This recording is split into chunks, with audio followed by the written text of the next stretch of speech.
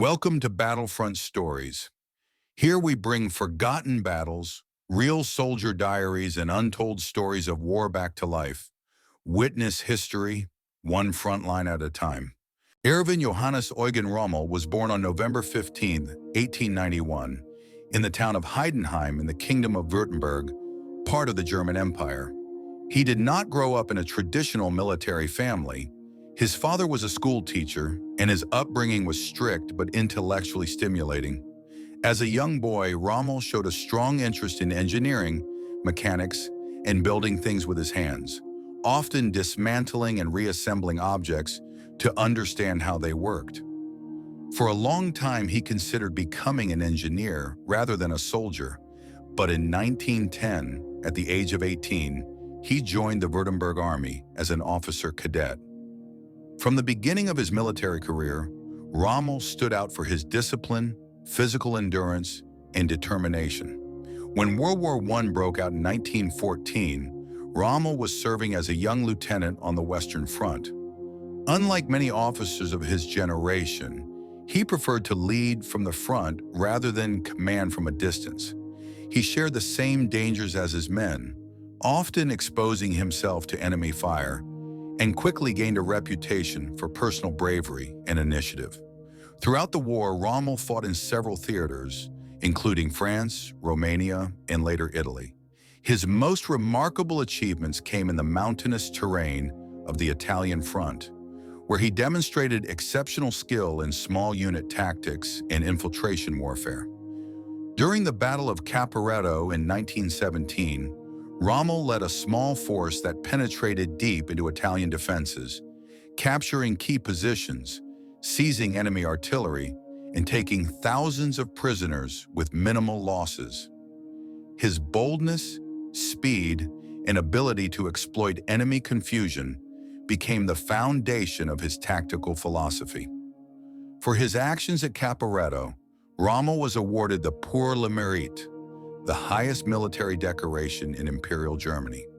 At just 26 years old, he was already considered one of the most promising officers of his generation. After the war ended in 1918, Germany was left defeated, humiliated, and severely restricted by the Treaty of Versailles.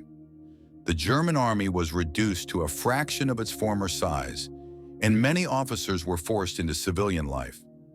Rommel, however, remained in the military, serving in the small Reichswehr of the Weimar Republic. During the interwar years, he worked primarily as an instructor, training young soldiers and refining his ideas on leadership and combat.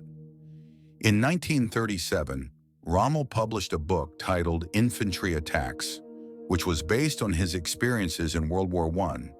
The book emphasized speed, surprise, aggressive leadership, and the importance of initiative at all levels of command. Infantry attacks gained widespread attention, not only within Germany but also among foreign military professionals. Even future Allied commanders studied Rommel's work with interest. During this period, Rommel was not heavily involved in politics and was not an early supporter of the Nazi Party. His primary loyalty was to the army and to Germany, rather than to any political ideology.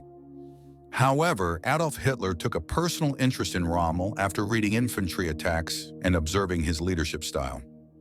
Rommel was appointed commander of Hitler's personal escort battalion during several high-profile events, which brought him into close contact with the Nazi leader. This proximity accelerated Rommel's career dramatically.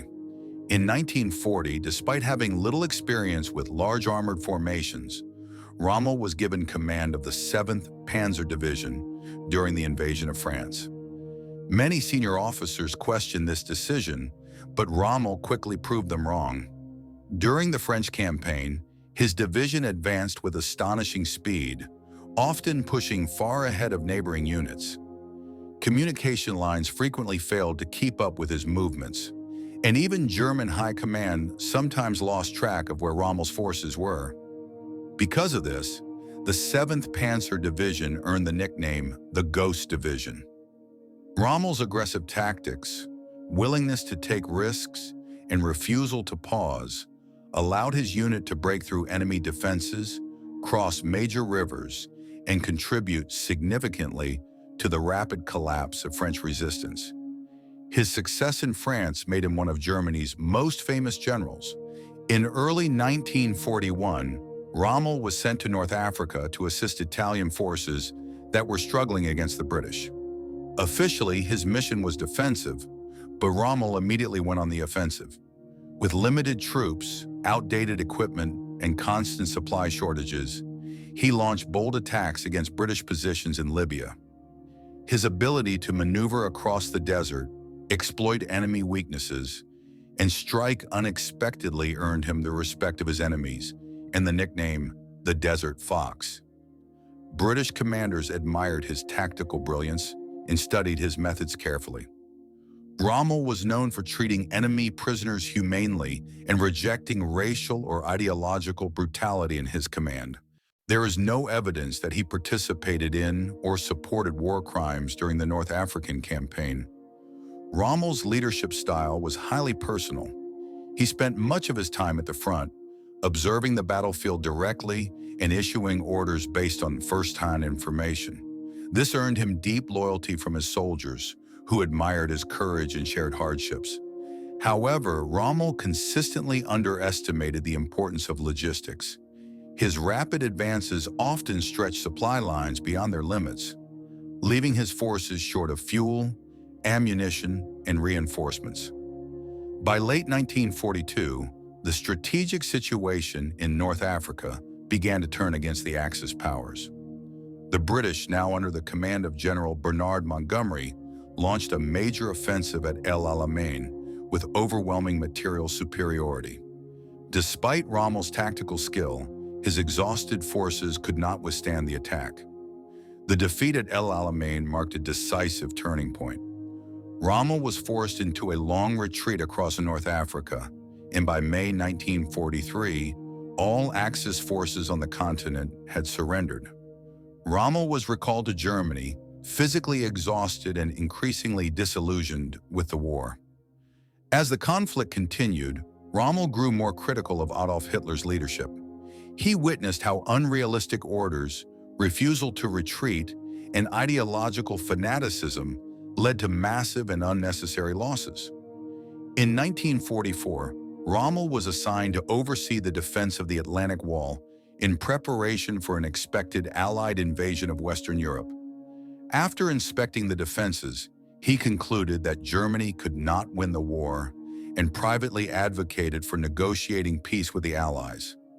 This placed him in quiet opposition to Hitler's regime. Although Rommel was not directly involved in the July 20th, 1944 assassination attempt against Hitler, he was aware of resistance circles within the military and supported the idea of removing Hitler from power. After the plot failed, Rommel's name emerged during the investigation. Hitler, unwilling to risk a public trial that would expose the regime and turn Rommel into a martyr, offered him a choice. On October 14, 1944, Rommel was told he could either face a public trial for treason, which would endanger his family, or take poison in exchange for a state funeral and protection for his loved ones. Rommel chose to take poison. He died quietly that same day, and the German public was told he had succumbed to injuries from an earlier air attack. Erwin Rommel's legacy remains complex and controversial.